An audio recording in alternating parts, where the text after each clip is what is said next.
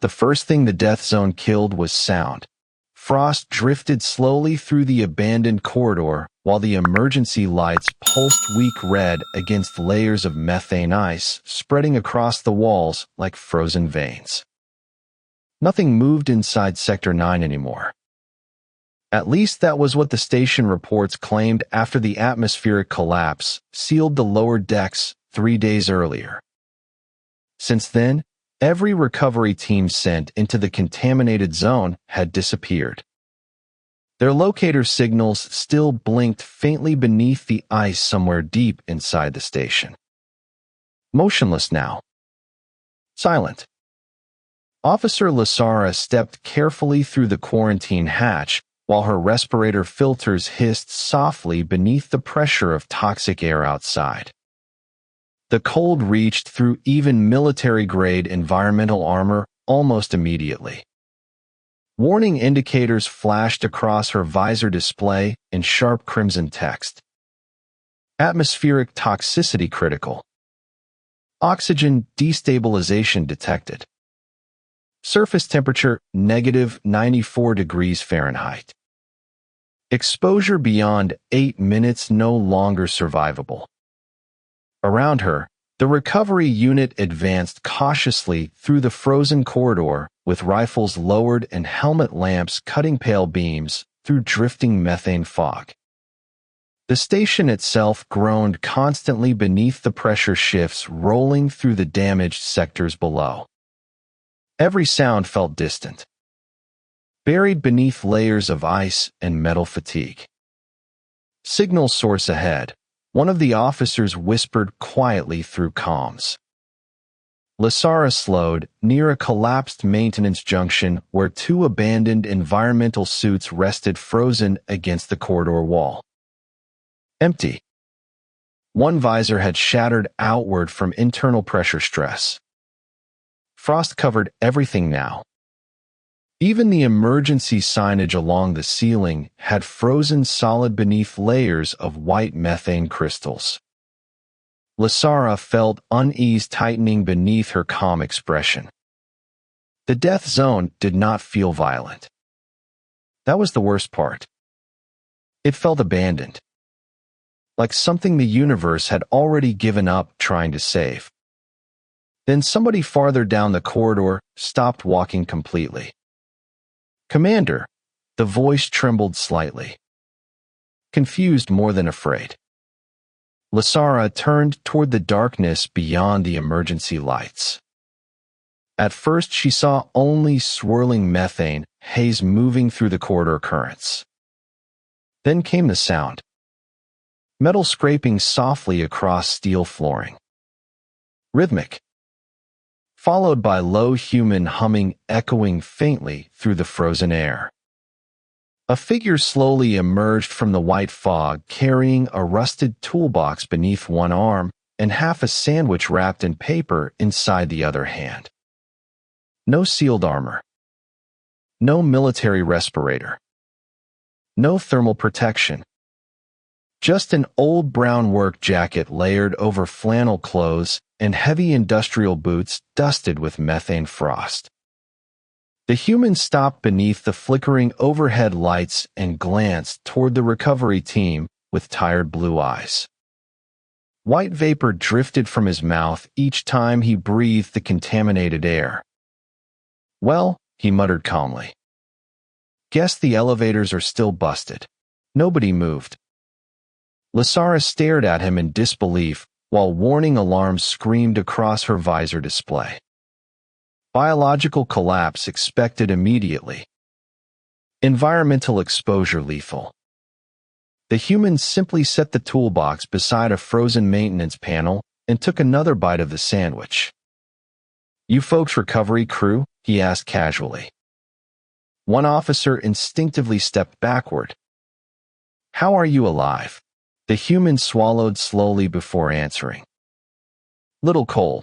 Lasara removed the atmospheric scanner from her belt and aimed it directly toward him with steady hands despite the confusion building inside her chest. The readings made no sense. Human respiratory function stable. Core temperature stable. Minimal tissue stress detected. She checked the scanner again. Same result. This atmosphere is toxic, she said carefully. Yeah. The human glanced toward the frozen ceiling vents overhead. Methane mix got into the oxygen recyclers after the pressure spine failed. Exposure kills within minutes. The human looked mildly surprised by that statement. Then he glanced around the corridor covered in frost and drifting ice particles. Huh. He adjusted the sandwich wrapper in his hand. Back home, this would probably just mean schools closed early. Silence swallowed the corridor after that. Somewhere far beneath the station, steel supports groaned under shifting pressure while methane winds scraped frozen crystals against the walls like falling snow. But standing there inside the most lethal sector on the station, Lasara realized something deeply unsettling for the first time. The death zone was no longer the most frightening thing in front of her. The human introduced himself only after the recovery crew lowered their weapons. Carter Reeves, he said quietly while tightening a pressure valve with a frozen wrench. Atmospheric systems maintenance. The words echoed strangely through the corridor beneath layers of methane frost and distant structural groaning. Lasara kept her respirator sealed while watching him kneel beside the damaged oxygen manifold like the contaminated environment around them barely existed. Her visor display continued flashing hazard warnings every few seconds. Oxygen instability. Methane saturation critical. Exposure beyond safe threshold. Yet the human simply wiped condensation from his beard using the sleeve of his old brown jacket before leaning closer toward the leaking valve. Steam rose faintly from the coffee thermos clipped beside his toolbox. You need evacuation immediately, Lasara said carefully. Your biological systems are under catastrophic stress. Carter grunted softly while tightening another connector. Probably. You do not understand. No, I do. He glanced upward briefly. Tired blue eyes. Calm eyes. The kind belonging to someone already too exhausted to panic anymore. I just still got work orders pending.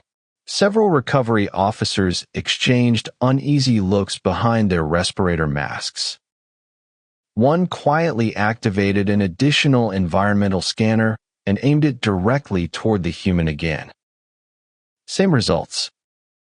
Stable respiration. Stable pulse. Elevated stress markers, but no critical collapse. Impossible readings. Lasara stepped closer through drifting methane vapor while emergency lights flickered red across the frozen corridor walls. Humans cannot naturally survive this concentration level. Carter shrugged slightly. Guess mine did not get the memo. Somewhere deeper inside the station, metal supports groaned beneath shifting pressure. Frost particles drifted from the ceiling vents like slow snowfall. The entire lower sector sounded tired. Like the station itself wanted to sleep. Carter finally closed the maintenance panel and stood carefully, one hand pressing briefly against his lower back. Small movement. Quiet pain. The kind older workers stopped talking about years earlier. Pressure should hold another few hours now, he muttered. Maybe 6 if the spine pumps stay cooperative. Lasara stared at his uncovered face beneath the toxic haze. Why are you not using full respiratory equipment? Filter shortage. Then why remain down here? Carter unscrewed the thermos lid and poured black coffee into a dented metal cup. Steam curled upward through the frozen air. Upper deck's got families packed shoulder to shoulder right now, he answered. Kids too. He took a slow drink before continuing. Somebody has to keep the recyclers breathing. One officer lowered his scanner uneasily. The previous repair teams all died. Carter nodded once. Yeah. Good people. His voice softened there. Not dramatic. Just tired. Lasara noticed the frost gathering across his eyebrows and beard while he spoke.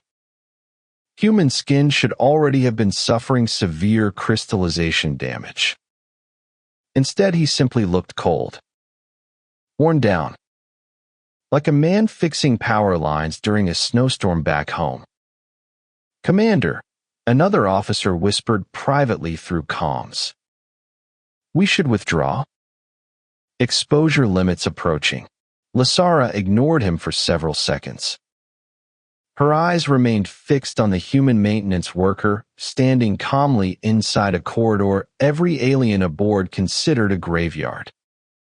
How long have you been down here? She finally asked. Carter checked an old wrist chrono beneath his glove. Since Tuesday, I think. One of the officers inhaled sharply behind his respirator. It had been 71 hours since the atmospheric collapse. 71 hours inside lethal methane saturation without proper protection. Carter noticed their silence and frowned slightly. What day is it now? No one answered immediately. Somewhere nearby, frozen pipes cracked softly beneath pressure stress. Carter took another drink of coffee while the station alarms echoed faintly in distant sectors below. Hell, he muttered under his breath. Missed laundry day again. Lasara suddenly felt something unfamiliar beneath her professional composure. Not fear exactly. Something colder. The realization that this human was not surviving because he was fearless. He was surviving because somewhere far away, on a planet called Earth, life had already taught him how to keep functioning while exhausted, poisoned, freezing, and alone. The recovery crew left the lower corridor less than 20 minutes later. Exposure timers forced the decision before arguments could begin. One by one, the armored officers disappeared back through the quarantine hatch, while warning alarms echoed softly through the frozen sector behind them. Only Lasara remained standing beside the maintenance junction beneath flickering emergency lights. Carter barely looked up from the open atmospheric panel while tightening another frozen connector with stiff fingers. Your team abandoned the sector quickly, he muttered.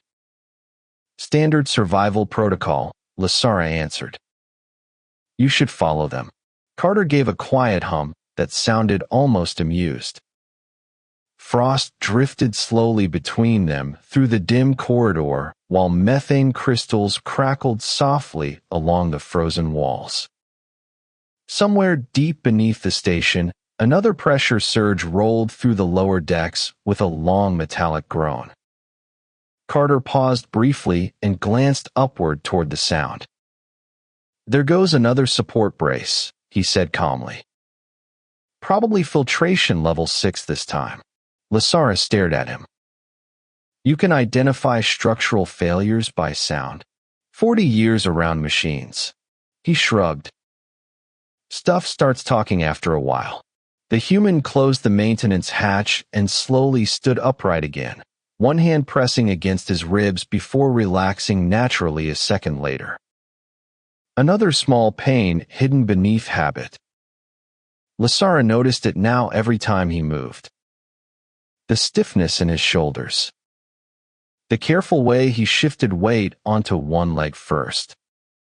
The exhaustion sitting permanently beneath his eyes. How old are you? She asked suddenly. Carter blinked once. 49. You continue entering lethal sectors manually at your age. Bills still show up at 52. The answer came so casually that Lasara almost thought she misunderstood the translation feed inside her helmet. Carter picked up his thermos and toolbox before motioning toward the deeper corridor disappearing beneath drifting methane fog. Come on. Where are you going? Pressure regulators on lower residential decks are freezing again. He started walking before she answered. Heavy boots scraping softly across frozen steel flooring. No hesitation. No dramatic courage. Just routine. Lasara followed several feet behind him while her respirator hissed steadily inside the poisoned air. The corridor grew colder the deeper they descended. Emergency lights became weaker here. Dim red reflections flickered across frozen pipes and cracked oxygen conduits running along the walls. Carter walked through it all with the slow, steady rhythm of someone heading into another overtime shift. Does this environment truly not frighten you? Lasara finally asked. Carter thought quietly for several seconds before answering. Of course it does. The response surprised her.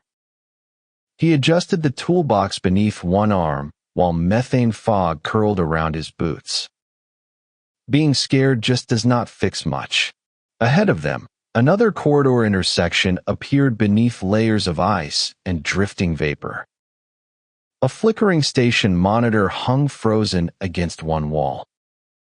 Evacuation failure flashed repeatedly across the cracked screen. Carter glanced at it without slowing down. Back home in Alaska, he said quietly, there were winters cold enough to freeze fuel lines solid before sunrise. Lasara listened silently while warning indicators continued flashing across her visor display. You work there? Oil refinery maintenance. He gave a tired smile that barely lasted a second. Lost 3 trucks one year during a whiteout storm. How did humans survive such conditions? Carter opened the thermos and poured another cup of black coffee while walking. Steam rose gently into the poisoned air. Most days, he shrugged slightly.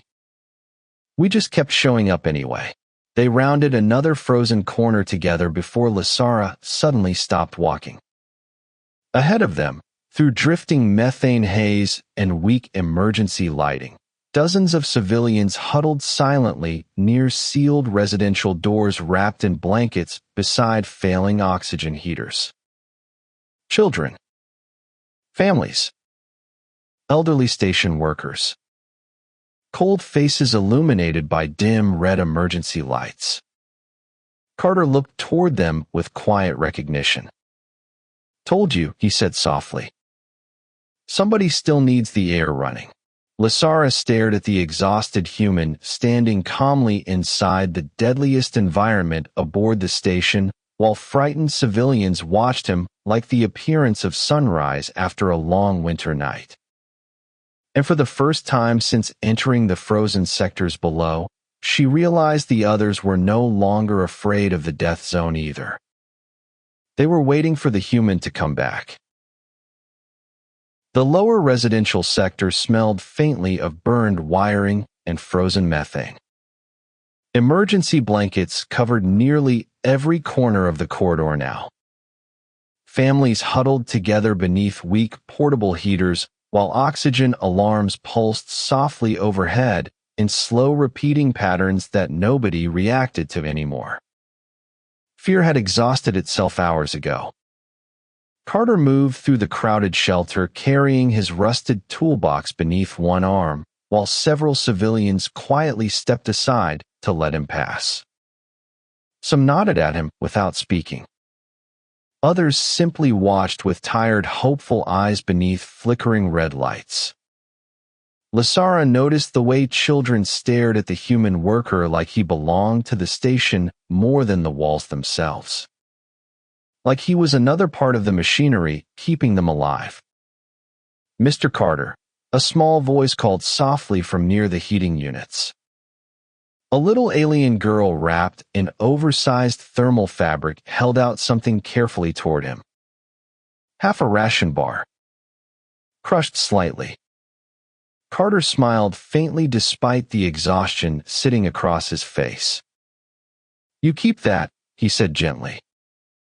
Growing kids need calories more than old mechanics. The child frowned.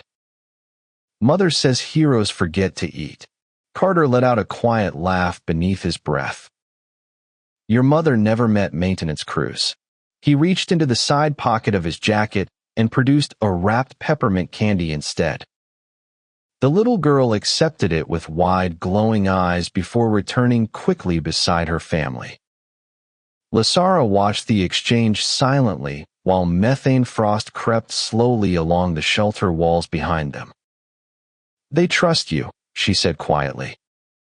Carter knelt beside an oxygen recycler unit and removed the frozen access panel using stiff hands. No, he answered. They trust breathing. He leaned closer toward the machinery while steam curled faintly from his coffee cup resting nearby on the floor. I just keep the machines arguing with death a little longer. Somewhere deeper in the station, a low metallic boom rolled through the support structures beneath their feet. The lights flickered once. Several civilians looked upward nervously. Carter did not. He simply kept working inside the open recycler panel while frost collected across the edges of his gloves. Lasara stepped beside him carefully. Structural report? Another pressure collapse, he muttered. Lower filtration pumps probably froze solid. Can they be repaired? Carter remained quiet for several seconds. Yeah. Then why has nobody gone? He glanced toward her finally. Because the tunnels between here and filtration are flooded with raw methane saturation now. Lasara felt cold settle deeper inside her chest despite the respirator warmth surrounding her face.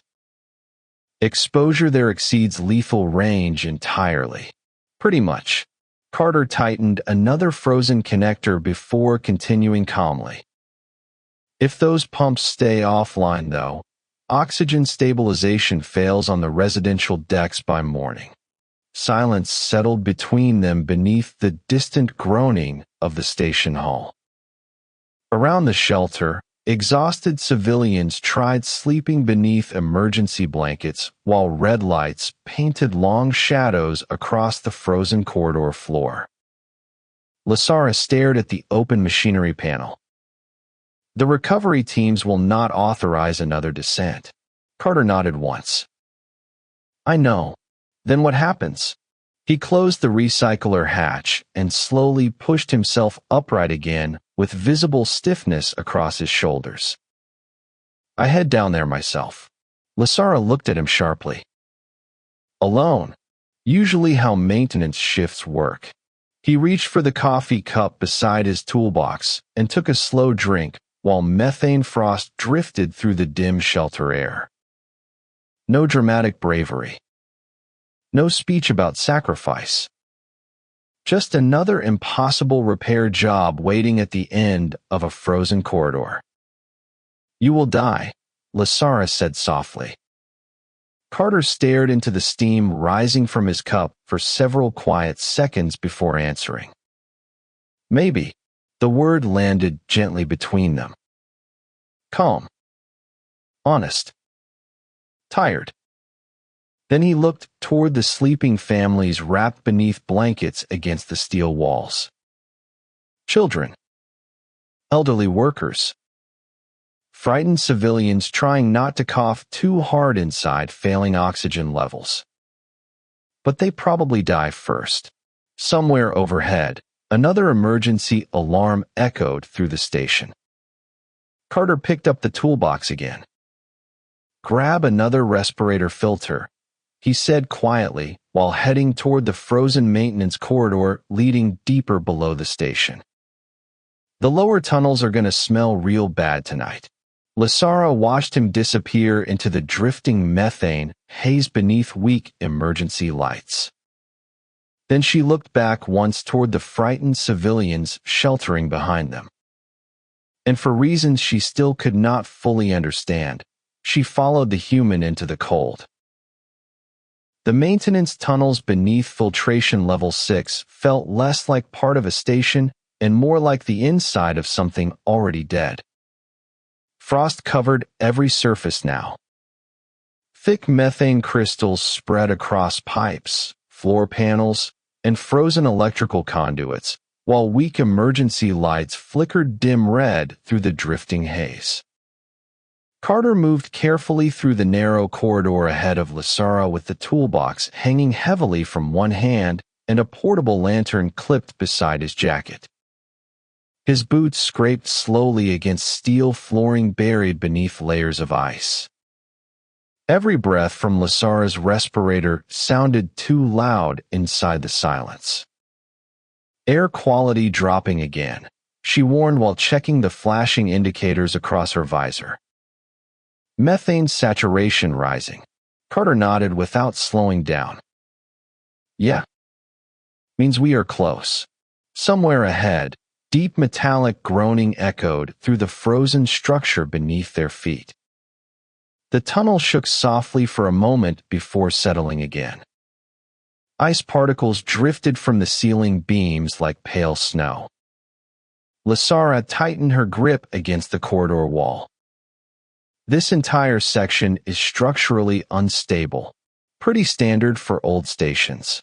Carter coughed quietly into his sleeve while continuing forward through the freezing vapor. The sound lingered in the narrow tunnel longer than it should have. You are injured, Lasara said. Nah, another cough. Softer this time. Just old. The corridor narrowed sharply ahead, where several support braces had partially collapsed beneath methane frost buildup. Carter crouched slowly and squeezed through the opening with practiced movements before turning back toward her. Watch the pipe overhead. That one leaks coolant. Lasara carefully followed him beneath the frozen conduit, while pale vapor hissed softly from a cracked seam overhead. The cold bit through even her military environmental armor now. Fingers numb. Breathing heavier. Her vision flickered slightly inside the respirator display. Carter noticed immediately. Sit down a second. I am fine. That means you are definitely not fine. He set the toolbox beside the wall and opened the thermos clipped near his belt. Steam rose gently into the freezing tunnel air. Drink. Lasara stared at the metal cup he offered her. Human caffeine is incompatible with several alien nervous systems. Good thing I am not asking your nervous system. He pressed the cup into her gloved hands anyway. Warmth spread through the metal almost painfully against her frozen fingers. Lasara hesitated before taking a cautious sip. Bitter. Strong. Burning hot. Carter sat heavily beside the frozen wall while flexing his stiff hands slowly. See, he muttered. Keeps the soul from freezing shut. Lasara studied him quietly beneath the dim lantern glow. Frost lined his beard now. The skin near his eyes looked raw from exposure. His breathing carried faint strain beneath every sentence, even though he continued acting like the entire situation barely qualified as inconvenient. Why do humans normalize suffering? She asked softly. Carter remained silent for several moments while distant machinery groaned somewhere below them. Then he shrugged slightly. Probably because life keeps billing us for it. Lasara frowned faintly. Carter stared toward the darkness ahead, where frozen methane drifted through weak emergency light. Back on Earth, he said quietly, my wife got sick about 12 years ago. The tunnel seemed even colder after that sentence. I worked refinery shifts during the day. Hospital maintenance nights after. He rubbed his hands together slowly. You stop asking if things are fair after a while. Lasara listened silently while steam drifted upward from the coffee cup between her hands. Did she survive? Carter smiled softly. Small. Tired. For a little while, the answer settled heavily inside the frozen tunnel. No dramatic grief. No visible collapse. Just the quiet exhaustion of someone who learned long ago that pain still expected you to clock in on time the next morning. Another structural groan rolled through the corridor ahead. Carter slowly pushed himself upright with visible stiffness across his shoulders before lifting the toolbox again. "Come on," he said gently.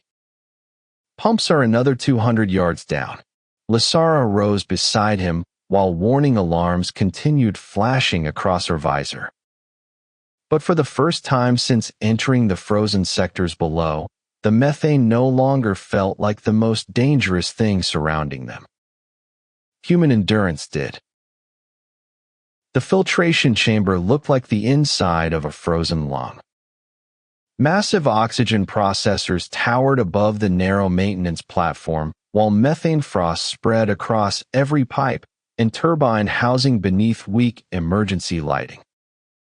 Thick vapor rolled slowly through the chamber floor vents, glowing pale red beneath the warning lights still pulsing overhead.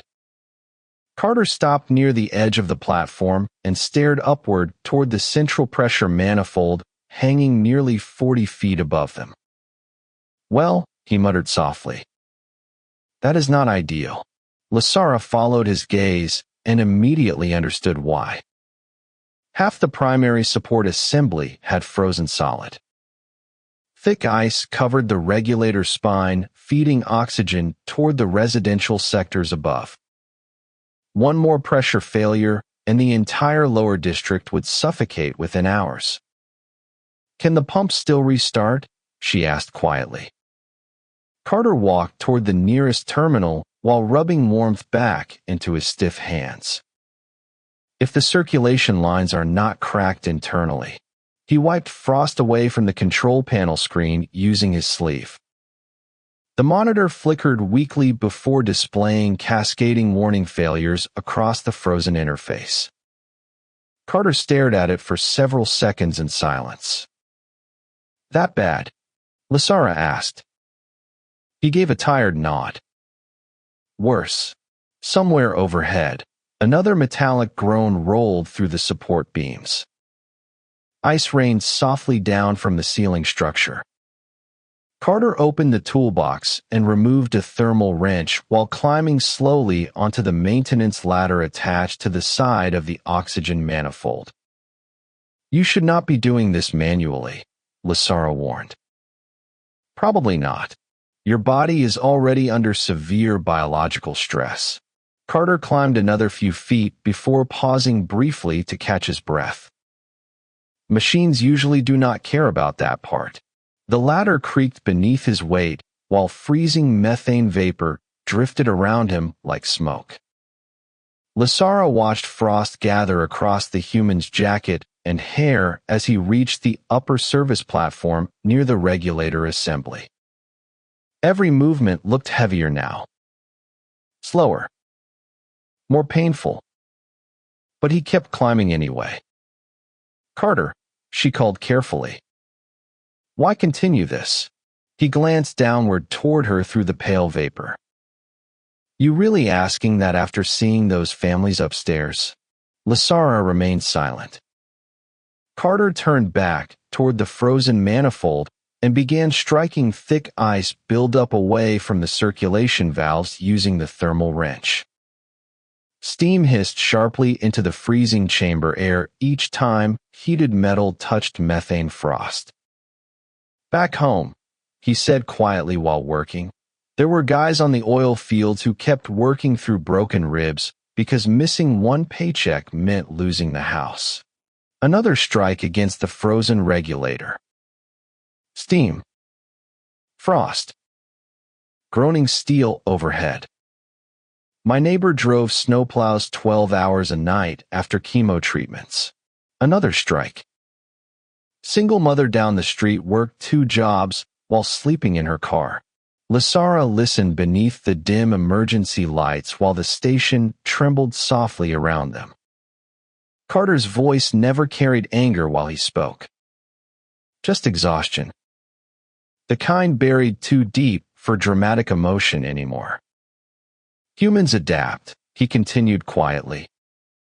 Not because we are strong. He coughed roughly into his sleeve before tightening another frozen connector. Because eventually survival starts feeling normal. Suddenly the chamber lights flickered violently. A deep pressure boom echoed through the filtration levels beneath them. The maintenance platform shook hard enough to send ice fragments crashing into the lower chamber below. Lasara grabbed the railing instinctively, while warning alarms screamed through her visor. Structural breach detected, the station voice repeated overhead. Containment failure imminent. Carter looked upward immediately. Damn it! The upper regulator housing had begun separating from the support spine overhead. Slowly.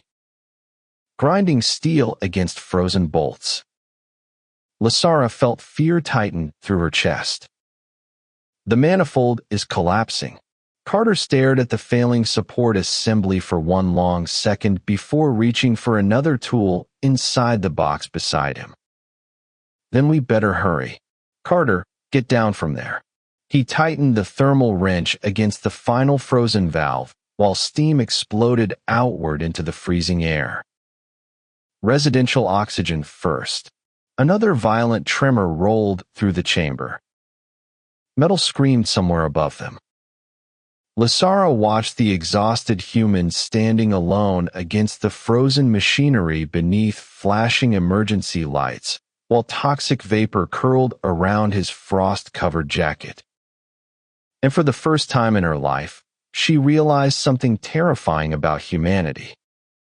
They did not survive suffering because they believed things would improve. They survived because somewhere along the way, continuing anyway became instinct. The oxygen pumps restarted with a sound, like something ancient coughing itself awake. Deep beneath the frozen station, massive circulation turbines groaned slowly back into motion, while layers of methane frost cracked apart across the regulator housing overhead. Green stabilization indicators flickered weakly across the chamber monitors for the first time in nearly 2 days. Carter leaned heavily against the maintenance railing while breathing through clenched teeth. Steam rose from his jacket where melting frost soaked into the fabric beneath the weak emergency lights. Lasara stared upward at the awakening machinery in disbelief. You restored circulation. Carter wiped his mouth with the back of his glove and nodded once. Temporary fix. Another violent tremor suddenly rolled through the chamber, hard enough to shake loose chunks of ice from the ceiling structure. Warning alarms erupted instantly overhead. Containment breach spreading, the station voice announced. Emergency blast doors closing. Carter's tired eyes widened slightly. Move. The corridor beyond the filtration chamber exploded with flashing red lights as heavy emergency barriers began descending section by section through the lower maintenance sectors. Steel screamed against frozen tracks, while warning sirens echoed through the tunnels ahead. Lasara ran beside Carter through drifting methane fog, while structural groaning rolled constantly beneath their feet. How many civilians remain above US? She shouted. Too many. Another blast door slammed shut behind them with enough force to shake the entire corridor. Ahead, through flashing emergency lights and drifting vapor, several frightened civilians stumbled toward the evacuation junction carrying children and emergency packs through the freezing haze. An elderly station worker fell near the narrowing doorway, while panic spread instantly through the crowd. Carter saw it immediately. Go, he yelled toward them. The blast door overhead continued descending fast now. Hydraulic failure alarms screamed through the corridor, while steel supports groaned beneath the pressure collapse spreading through the lower decks. Lasara reached the evacuation line first and pulled the fallen worker upright, while frightened civilians pushed through the shrinking opening beneath the descending barrier. Then the hydraulic system jammed halfway. The emergency door shuddered violently before dropping faster. A child screamed somewhere behind the crowd. Carter threw the toolbox aside and lunged toward the narrowing gap without hesitation. Carter, he planted both frost-damaged hands beneath the descending steel door and forced his shoulder against the freezing metal with a strained gasp. The blast door slammed hard enough to shake the corridor, but stopped inches above the floor instead of sealing completely. Civilians rushed beneath the opening immediately. Families. Workers. Children wrapped in blankets. Carter held the door alone while hydraulic pistons screamed overhead beneath flashing red emergency lights. Methane frost cracked beneath his boots as he struggled to keep the steel barrier elevated. Lasara could see his arms trembling violently now. Every breath looked painful. "The pressure system is failing," she warned desperately. "You cannot hold that weight." Carter's jaw tightened beneath layers of frost, while another civilian crawled beneath the gap, carrying a child against their chest. "Yeah," he muttered through strained breathing. Starting to notice. Another metallic groan thundered through the corridor. The door dropped another inch. Carter pushed upward again with a sharp exhale while steam rolled from his jacket into the freezing air. No speeches. No heroics.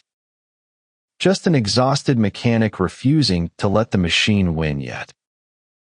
Lasara grabbed one of the emergency support levers near the wall and tried forcing additional hydraulic pressure into the system.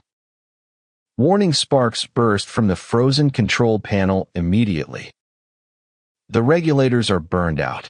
"Then kick it harder," Carter grunted. More civilians passed beneath the narrowing gap, while emergency lights reflected across the human's frost-covered face.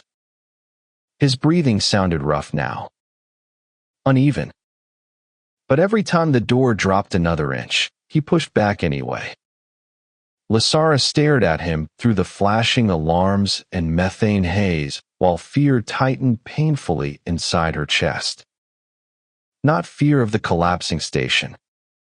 Not fear of death. Fear of watching someone continue sacrificing themselves simply because others still needed time. The final civilian crawled safely beneath the barrier moments later. Lasara looked back toward Carter. "Everyone is through." He nodded once. Relief crossed his exhausted face so briefly she almost missed it. Then the blast door dropped another inch against his shoulders, and he nearly collapsed beneath the weight. "Okay," he whispered hoarsely. "That one was heavier than it looked." The blast door finally sealed with a thunderous metallic impact that shook the entire corridor beneath their feet. Silence followed immediately afterward except for the distant groaning of stressed support beams somewhere deep below the station.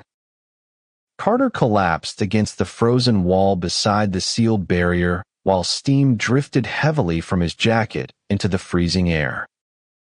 His hands shook uncontrollably now.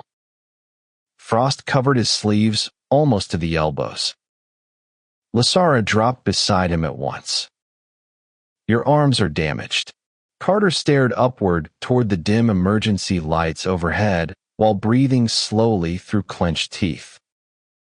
Would not call them factory fresh anymore. Even now, exhausted nearly beyond standing, the human still sounded more annoyed than afraid. The surviving civilians crowded farther down the evacuation corridor beneath weak emergency lighting. Children cried softly against exhausted parents while station workers distributed blankets and oxygen masks beside portable heaters. Nobody spoke loudly anymore. The station itself sounded tired, like it had finally run out of strength. Lasara removed one glove carefully and pressed trembling fingers against the frozen steel beside Carter's shoulder. The metal still vibrated faintly from the blast door impact. "You could have died," she whispered. Carter closed his eyes briefly. "Still might." The honesty of the answer hurt more than panic would have. Emergency medical crews finally reached the corridor nearly 20 minutes later, wearing full environmental armor and carrying portable thermal units through the methane haze.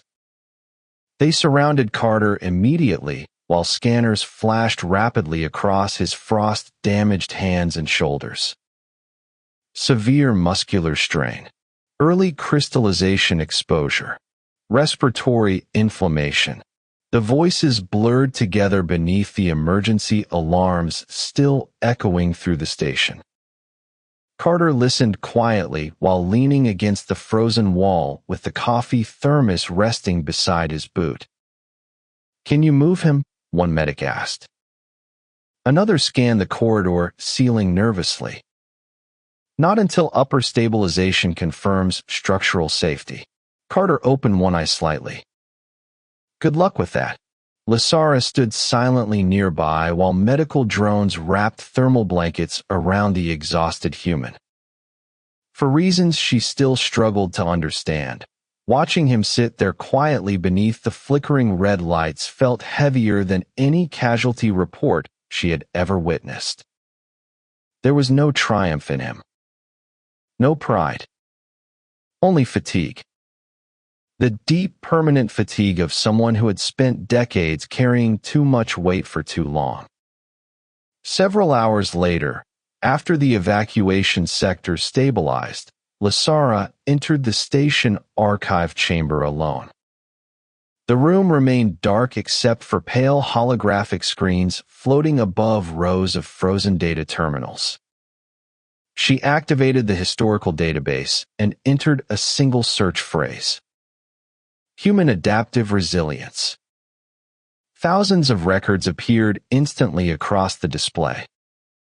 Environmental disasters, industrial accidents, economic collapses, wars, famine, extreme climates, medical death statistics, labor fatalities, psychological endurance studies, generational trauma adaptation.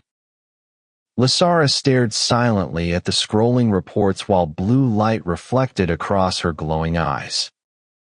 One archived psychological study remained highlighted longer than the others.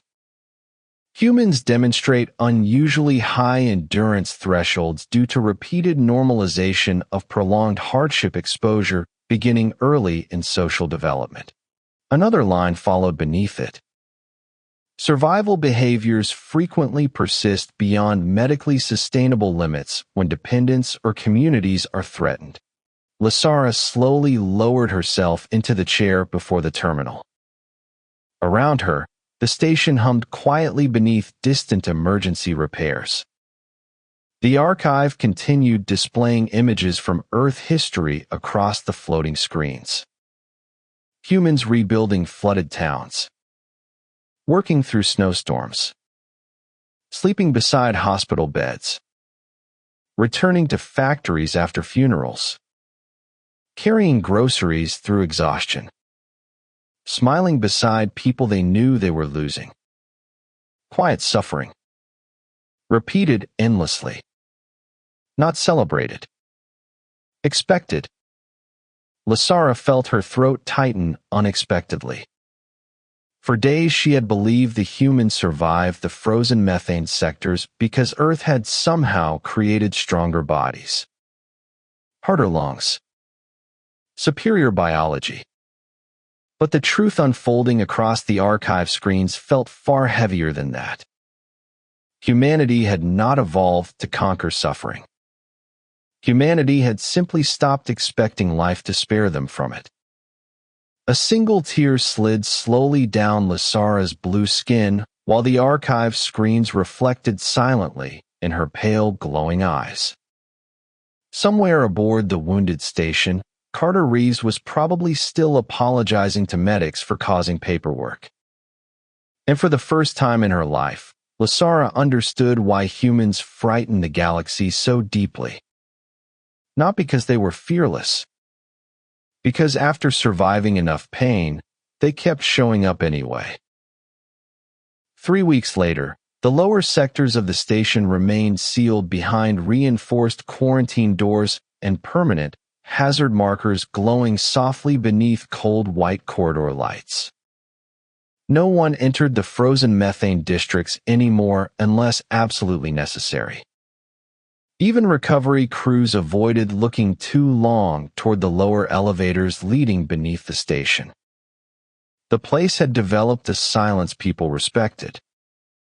Like an old graveyard drifting quietly through space. Lasara stood alone beside the observation deck windows overlooking the sealed industrial sectors below. Beyond the massive glass panels, pale methane storms moved slowly around damaged station structures, illuminated by distant emergency beacons still blinking through the darkness. The frozen corridors beneath looked peaceful now from far away. Almost beautiful. Which somehow made everything sadder. Soft footsteps echoed behind her across the observation deck floor.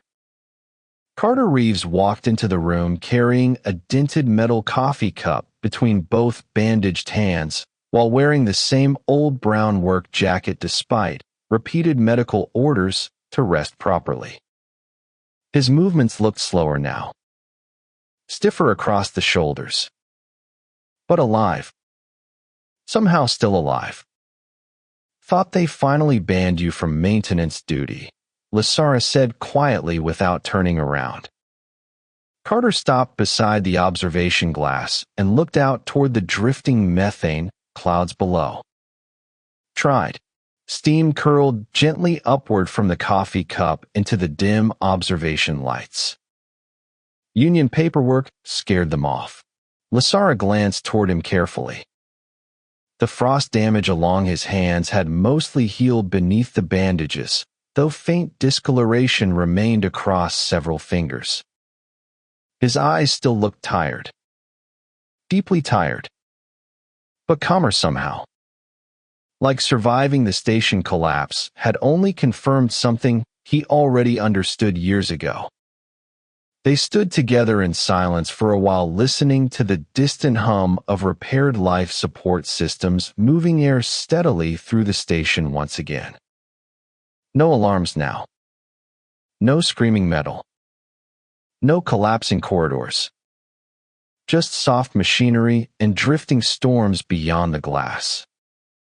The children ask about you constantly, Lasara said eventually. Carter groaned softly. That cannot be good. One drew a picture of you fighting atmospheric pressure with a wrench. Well, that is definitely getting framed. Lasara smiled faintly before the expression faded again into quiet thoughtfulness. I reviewed more human historical archives. Carter nodded once. Dangerous hobby. She looked toward him fully then.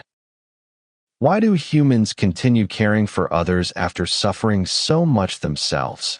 The question lingered gently between them beneath the pale station lights. Carter stared out through the observation glass for several long seconds before answering. Probably because we know what it feels like when nobody does. Simple words. Quiet words. Yet somehow heavier than anything stored inside the station archives below. Outside the observation windows, methane storms rolled silently through deep space, while emergency lights reflected faintly across the drifting clouds. Carter took another slow drink of coffee before speaking again. Most people back home are not heroes. His tired blue eyes remained fixed on the frozen sectors below. They are just exhausted. Steam drifted upward between them. But bills still need paying. Kids still need dinner.